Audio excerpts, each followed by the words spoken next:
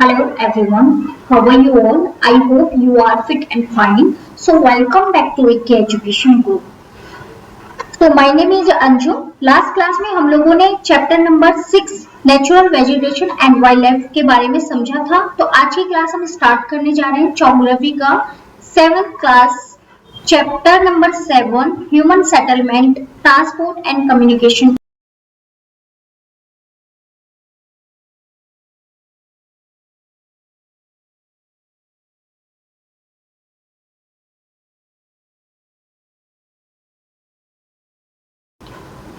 तो हम आज के जो चैप्टर है उसके बारे में जानेंगे। तो सबसे पहले हम जानेंगे ह्यूमन सेटलमेंट के बारे में। तो ह्यूमन सेटलमेंट 2 टाइप्स के होते हैं। First permanent settlement, then temporary settlement. और परमानेंट सेटलमेंट में 2 टाइप्स के होते हैं, जैसे कि urban settlement and rural settlement. Then हम यहाँ पर भी देखेंगे।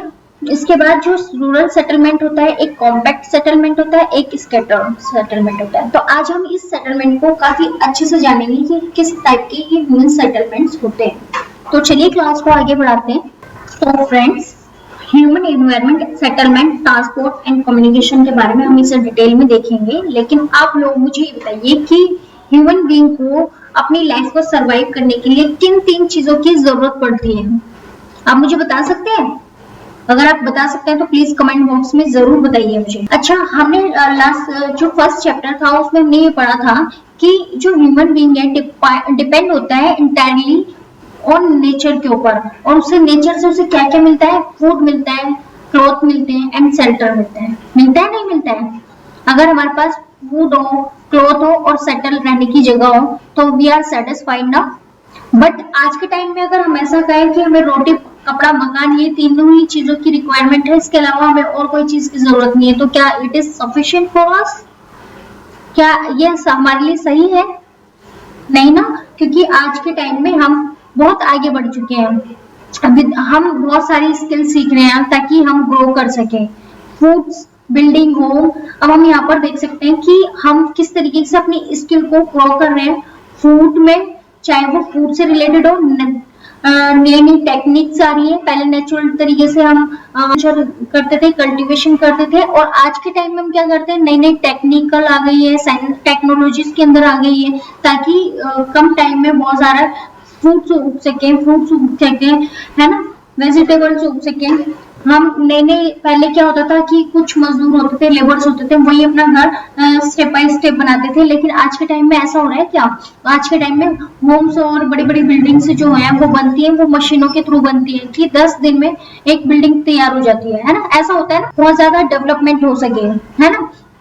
ट्रांसपोर्ट का यूज हो चुका है, कम्युनिकेशन का हो चुका है। आजकल मोबाइल फोन है, पहले के टाइम में मोबाइल फोन नहीं हुआ करते थे, राइट। ट्रांसपोर्टेशन नहीं हुआ करते थे पहले। आज के टाइम में बसेस, एयरवेज और रेलवेज, ये सारे हमारे पास है ताकि एक जगह से दूसरी जगह जा सके। लेकिन पहले ऐसा होता था क्या? पहले के लोग एनिमल्स का यूज करते थे एक जगह से दूसरी जगह जाने के लिए। तो ये सारी चीजें मॉडिफाइड हुई है। Are you agree with me? अगर आप एग्री हुए तो हम इसे देख लेते हैं कि चैप्टर में हमें क्या क्या बोल रहे हैं। तो यहाँ पर देखते हैं कि ह्यूमन, जो हमने फर्स्ट चैप्टर पढ़ा था, in chapter first you have learn that early human beings depend on entirely on nature for food, clothing and shelter, but with the time they learn new skills to food, build homes and develop better means of transport and communication. In this way they modified the environment where they lived.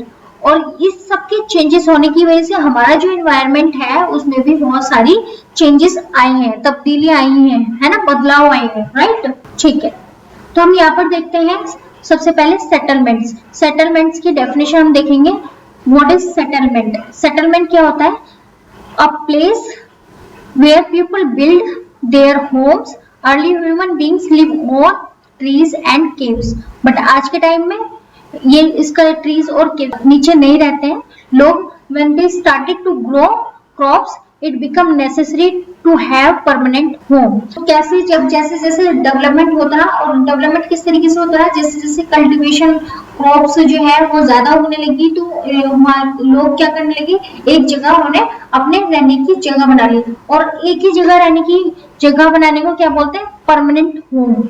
The settlement grow near the river valley as water was available and land was fertile. कौन सी जगह उन्होंने choose की, जो बहुत ज्यादा reverse के करीब हो और वाटर अवेलेबल हो और लैंड जो हो वहां की फर्टाइल हो, ताकि वहां पे वो ग्रो कर सके क्रॉप। ठीक है, तो फ्रेंड आप लोगों ने देखा होगा जब भी कोई डेवलपमेंट होता है तो किन तीन वजह चीजों की वजह से होता है। या तो ट्रेड बढ़ता है ना, कमर्शियलाइजेशन होता है, मैन्युफैक्चरिंग चीजें बढ़ती है, तो तब क्या होता है, ह्यूमन सेटलमेंट बढ़ जाता है, वो बहुत ज्यादा बढ़ जाता है। देन सेटलमेंट फ्लिश, जब भी कोई भी सेटलमेंट हुआ है तो सिविलाइजेशन डेवलप हुआ है, तो वो मोस्ट ऑफ जो है वो रिवर वैली के पास ही हुआ है। ठीक है, उसके बैंक पर ही हुआ है। आप लोगों को याद हो या फिर आपने 6th क्लास की मेरी एनसीईआरटी सीरीज देखी हो, तो आप लोगों को पता चलेगा कि हमेशा सिविलाइजेशन कहाँ पर ग्रो हुई है, रिवर के बैंक पर। ठीक है, जैसे कि Indus, Tigris, Nile and Rhine, बहुत सारे एग्जांपल्स हैं यहाँ पर सेटलमेंट हुआ है। Then settlement can be permanent और टेम्परेरी। हम परमानेंट और टेम्परेरी किस बेसिस पर कह सकते हैं, क्योंकि जब settlement are which occupied short time, अगर कम टाइम के लिए ऑक्युपाई किया जाए किसी पर्टिकुलर जगह को, that is called temporary settlement. क्योंकि अगर हम लोगों ने देखा होगा, हमने जब हिस्ट्री पढ़ी थी तो आप लोगों को याद आ रहा होगा, पीपल हुआ करते थे वो डीप फॉरेस्ट के अंदर रहा करते थे, हॉट एंड कोल्ड डेजर्ट के अंदर, माउंटेन, वहां पर वो रहना शुरू कर देते थे। Settlement are called temporary settlement. ठीक है, और वो वहां पर किस तरीके की प्रैक्टिस करते थे, तब दे प्रैक्टिस हंटिंग, वो gathering, shifting, cultivation, transhumance. However, more and more settlement today are permanent settlement. In these settlement, people build home in live. तो आज के टाइम में क्या करते हैं कि ये सारी प्रैक्टिस हुआ करती थी, ये एक टेम्परेरी की वजह से हुआ करती थी, लेकिन आज के टाइम में जो सेटलमेंट्स हैं वो परमानेंट होते जा रहे हैं, क्योंकि लोग अपने अपने घर बनाते जा रहे हैं। आप लोगों ने देखा, अगर आप सिटीज एरिया में या रूरल एरियाज में रह रहे हैं, गाँव में या शहर में रह रहे हैं, तो आप लोगों ने देखा होगा सबका एक परमानेंट होम होता है जिसमें वो रहते हैं परमानेंटली, है ना। वो अपने घर को बहुत अच्छे से बनाते हैं और डेकोरेट करते हैं और उसके अंदर रहते हैं। अब हम ट्रांसह्यूमनेट के बारे में पढ़ेंगे। ट्रांसह्यूमनेट क्या है, it is a seasonal movement. जैसे कि सीजनल मूवमेंट कौन सा मूवमेंट होता है, जैसे कि अगर हम आइसक्रीम का काम करते हैं, तो आइसक्रीम के काम में क्या होता है कि हम समर के टाइम पर ही हमें आइसक्रीम की डिमांड होती है, तो क्या करते हैं लोग, जब जैसे ही समर आता है तो वो आइसक्रीम का काम स्टार्ट कर देते हैं, और जैसे ही ठंड आती है तो वो काम बंद कर देते हैं। तो उनका 6 मंथ का उनका काम होता है ना। तो जैसे ही 6 मंथ ओवर होते हैं तो फिर वो जॉबलेस हो जाते हैं या फिर कोई काम नहीं करते हैं, तो दैट इज कॉल्ड ट्रांसह्यूमनेट। ये सीजनल मूवमेंट होता है। जैसे कि अगर रूरल एरिया से कोई अर्बन एरिया में आ रहा है और वो आइसक्रीम बेचने के पर्पज से आ रहा है, तो वो सिर्फ और सिर्फ एक सीजन में ही आएगा जिस टाइम उसका काम चल रहा है ना। तो that is people who rear animal move in search of new pasture according to change seasons. तो इसी तरीके से ह्यूमन भी, एनिमल्स भी, और ये सारे सीजन टू सीजन में ही मूव करते हैं, राइट। ओके फ्रेंड्स, आप लोग मुझे ये बताइए कि आपने बर्थडे सेलिब्रेट किया है? आप अपने फ्रेंड्स वगैरह को बुलाते होंगे, अपने रिलेटिव्स को बुलाते होंगे, है ना। और कोई आपका एक ऐसा कोई खास फ्रेंड होगा कि जिसका आप वेट करते हो, उसके बिना आप केक नहीं कट करते हो, है ना। तो उसी तरीके से आप ही तरह मैरी का बर्थडे था और उसके बहुत सारे फ्रेंड आ चुके थे, लेकिन वो और उसके फ्रेंड जो है गुरप्रीत का वेट कर रहे थे ताकि गुरप्रीत आए और देन केक को कट कर सकेगी मैरी। तो जब गुरप्रीत पहुंचता है तो वो दिखता है कि बहुत ज्यादा टायर्ड, उसे खांसी वगैरह वीजिंग होती है ना। एंड वो गुरप्रीत जो है वो एक्सप्लेन करती है कि दैट ट्रैफिक जाम वाज ट्राइगल, बहुत ज्यादा खतरनाक जाम लगा हुआ था। तो देन मैरीज मदर जो बोलती है थॉमस प्रीत, वो उसकी गुरप्रीत की जो बैग है उसे थोड़ी सी सहलाती है और बोलती है the pollution in our city, बहुत ज्यादा हमारी सिटी में जो है पॉल्यूशन हो रखा है, देन प्रसाद जो अभी अभी गांव से आया हुआ होता है और वो पूछता है why to have such traffic jam, कि ऐसा यहाँ पर इतना जाम क्यों है, such pollution in the city. जो मैरीज के फादर हैं वो रिप्लाई करते हैं कि the number of vehicles increasing day by day, जो व्हीकल्स हैं, जो गाड़ियां वगैरह हैं, वो बहुत ज्यादा बढ़ रही है due to growing population thus in the cities. Then Gurpreet suddenly पूछती है why are peoples coming to the cities, कि पीपल जो है वो सिटीज में क्यों आते हैं।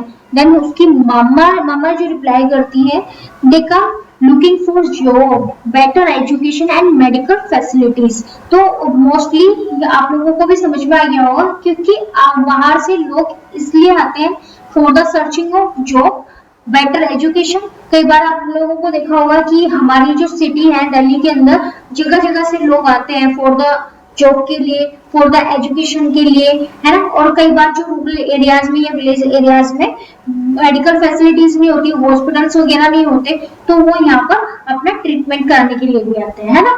तो आप लोगों ने देखा होगा। Then Mary further required, Mary को फिर बहुत ज्यादा क्वेरी हुई और उसने दोबारा पूछा if so many people keep coming to cities where will all the people live, जब यहाँ पर बहुत सारे लोग आते हैं तो कहाँ रहते हैं, है ना। तो आप लोगों के माइंड में भी क्वेश्चन आना होगा कि जब रूरल एरिया से या विलेज एरिया से लोग सिटीज के अंदर आते हैं तो वो कहाँ रहते हैं। अगर वो बहुत ज्यादा ठीक ठाक है, इनकम उनकी ठीक ठाक है, तो वो रेंट पर ले लेते हैं, है ना। और अगर वो रेंट पर नहीं ले सकते तो फिर वो क्या करते हैं, वो स्लम्स एरिया में जाते हैं, है ना, जहाँ पर वो क्या कर सकते हैं। तो इसी तरीके से उसकी हेल्प करता है थॉमस और बोलता है that is why you see many slums and squatter settlement where people stay in congested and unhygienic condition। तो आप लोगों ने देखा होगा रेलवे के पास में या फिर बहुत ज्यादा स्लम एरिया जो होता है जहाँ पर झुग्गी झोपड़ी, या फिर अगर आपने देखा होगा रेलवे स्टेशन उसके बिहाइंड में बहुत सारे लोग रहते हैं अपनी झोपड़ी लगाकर, है ना। और उसके अंदर वो अनहाइजीनिक कंडीशन में, मतलब बिल्कुल साफ सुथरे नहीं रहते, बहुत ज्यादा उनकी कंडीशन होती है, वो उन्हें बहुत सारी बेसिक फैसिलिटीज नहीं मिलती है ना, जिसकी वजह से वो वहां पर रहते हैं। Then storage of power and water supply are common problem in this cities, वहां पर बिजली पानी और न जाने रहने की बहुत ज्यादा प्रॉब्लम उनको फेस करते हैं। Then Prasad said our village may not have big cinema halls, well equipped school and good hospital, but we have lot of open space and fresh air to breathe in। तो बोलता प्रसाद कि हमारा जो area है, हमारा जो गांव है, वहाँ पर बहुत बड़े बड़े सिनेमा हॉल नहीं है एंड ना ही बड़े बड़े स्कूल्स है, ना ही हॉस्पिटल्स है, बट वहाँ पर क्या है, बहुत बड़ी बड़ी जगह है और वहाँ पर एकदम फ्रेश एयर आती है जिससे हम सांस लेते हैं फ्रेश। तो when my grandfather was sick we had to rush him to the city। और वो बोलता है कि जब मेरी ग्रैंड मदर की मेरे जो ग्रैंडफादर है उनकी तबीयत खराब हुई थी तो हम लोग क्या हुए थे, सिटीज में आए थे और यहाँ पर बहुत ज्यादा रश हमने देखा। अच्छा, आप लोग इनकी बातों से कितने % सहमत हैं कि ऐसा होता है? अगर ऐसा होता है, आप सहमत हैं, तो आप कमेंट बॉक्स में लिखकर बताएं कि यस वी आर, और अगर आप सहमत हैं तो क्यों है, तो आप छोटा सा एक नोट्स आप लिख कर भेज सकते हैं 1-2 लाइन का, ठीक है। Then from the above conversation we identify 2 different picture of settlements. कौन कौन से सेटलमेंट्स देखे हैं? द रूरल और अर्बन का, है ना। रूरल कौन से होते हैं? जो विलेज एरियाज में है। अर्बन जैसे cities areas. The villages are rural settlement where people are engaged in activity like agriculture, fishing, forestry, craft work and trading. तो जो गांव के लोग होते हैं मोस्टली 60% जो गांव के लोग होते हैं वो एग्रीकल्चर में इन्वेस्ट करते हैं अपना काम। देन फिशिंग के, forestry, craft work and trading में अपना टाइम इन्वेस्ट करते हैं, है ना। और रूरल एरियाज में लोग क्या करते हैं? रूरल एरिया जो है सेटलमेंट कैन बी कॉम्पैक्ट और स्कैटर। कॉम्पैक्ट क्या होता है? Compact settlement is a closely build areas of dwelling where flat land and is available. Compact means आप जैसे किस तरीके का देखेंगे, बराबर बराबर में घर होते हैं ना। स्कैटर ड्वेलिंग आपको देखने को मिलेगी कि बहुत ज्यादा दूर दूर घर बने हुए होते हैं। एक घर हुआ, काफी बिगे जमीन हुई, खेत हुए, देन फिर बहुत दूर एक घर देखने को मिल गया, इस तरीके का। In a scatter settlement dwelling are space over the over an extensive area. This type of settlement is mostly found in hilly tract, thick forest and region of the extreme climate. In rural areas, people build houses to suit their environment. In region of heavy rainfall, they have slanting roofs, places where water accumulate in the rainy season, and houses are constructed on a raised platform or silts. आप इस तरीके के आप घर देख सकते हैं कि बहुत दूर दूर घर है ना हिली एरियाज में वगैरह में। तो आपको पता चल गया होगा कि कॉम्पैक्ट सेटलमेंट और स्कैटर सेटलमेंट में आपको डिफरेंस पता चल गया होगा। कॉम्पैक्ट जो सेटलमेंट है वो बहुत ज्यादा जो घर बने होते हैं वो बहुत ज्यादा क्लोजली बने होते हैं, एक घर के बराबर में दूसरे का घर होता है। स्कैटर सेटलमेंट के बीच में ऐसा नहीं होता क्योंकि वो एरिया जो है काफी एक घर जो है दूसरे घर से बहुत ज्यादा दूर दूर होते हैं, है ना। तो इस तरीके से हमें ये देखने को मिल गया। तो आपको पता चल गया कि what is the scattered settlement and what is the compact settlement. तो हमें इस तरीके का देखने को मिलेगा। Then thick mud walled house with thatch roof are very common in areas of hot climate. Local material like stone, mud, clay, straw are used to construct houses. The towns are small and cities are large urban settlements. In urban areas, the people are engaged in manufacturing, trading and service. जब हमने देखा था rural areas में तो mostly लोग जो है agriculture में लगे हुए थे, मोस्टली लोग फिशिंग में लगे हुए थे, कल्टीवेशन में लगे हुए और ये सारी चीजों में लगे हुए थे। लेकिन अर्बन एरियाज में क्या करते हैं लोग, मैन्युफैक्चरिंग का काम करते हैं, ट्रेडिंग एंड सर्विस सेक्टर में मोस्ट ऑफ पीपल का वर्क करते हैं। अगर आप लोग विलेज से रिलेटेड है, विलेज एरिया से हैं या फिर अर्बन एरिया से हैं, तो आपका जो एरिया है वो किस तरीके का है, कौन सा स्टेट है, अब मुझे कौन सा टाउन है वो आप कमेंट बॉक्स में बताइए। देन हम नेक्स्ट टॉपिक में करेंगे ट्रांस एंड कम्युनिकेशन के बारे में।